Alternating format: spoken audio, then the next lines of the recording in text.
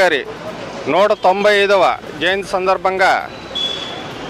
స్థానిక సంఘ సభ్యులందరూ బీసీలందరూ కూడా ఇచ్చేసి ఆవిడకి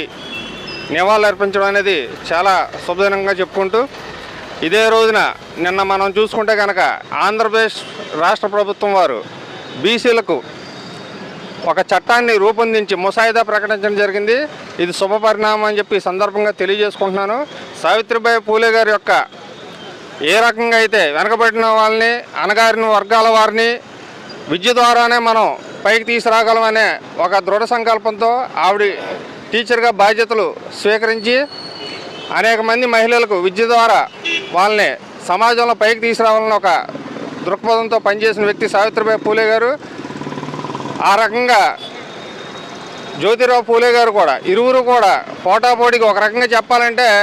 మనం చూసుకుంటే కనుక ఏ నాయకులైనా సరే భర్త అనే వ్యక్తి సమాజంలో ఒక పేరు గాంచినప్పుడు భార్య ఇంటికి మాత్రమే పరిమితం అయ్యే రోజుల్లో కూడా భార్యాభర్తలు ఇరువురు కూడా సమకాలికలుగా ఒక అణగారిన వర్గాల వాళ్ళని, వెనకబడిన తరగతుల వారిని ముందుకు తీసుకురావడానికి వాళ్ళిద్దరూ పనిచేసిన విధానం అనేది ఈ రోజున మనం వాళ్ళని గణ్యవాళ్ళు అర్పించుకోవడం అనేది కూడా చాలా ఆనందదాయకంగా ఉంది. ఎందుకంటే ఎక్కడైనా చూస్తే కనుక ఏదైనా ఒక నాయకుడు విగ్రహం ఉంటుంది, కానీ ఇక్కడ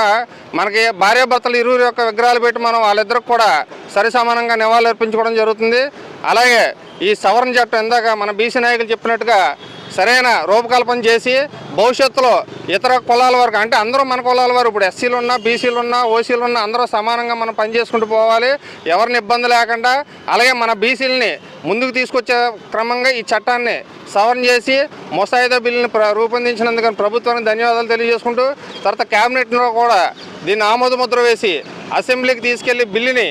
ఓకే చేయించే బాధ్యత ఈ ఆంధ్రప్రదేశ్ ప్రభుత్వం తీసుకుంటుంది. కాబట్టి ముఖ్యంగా నారా చంద్రబాబు నాయుడు గారికి, ఈ రాష్ట్ర ముఖ్యమంత్రి అయినటువంటి నారా చంద్రబాబు నాయుడు గారికి, అలాగే డిప్యూటీ సీఎం అయినటువంటి పవన్ కళ్యాణ్ గారికి, అలాగే మన ఏలూరు జిల్లా అధ్యక్షులు, ఏలూరు శాసనసభ్యులు శ్రీ బడేటి రాధాకృష్ణ చంటి గారికి కూడా ప్రత్యేకించి ఈ సందర్భంగా ధన్యవాదాలు, శుభాకాంక్షలు తెలియజేసుకుంటూ,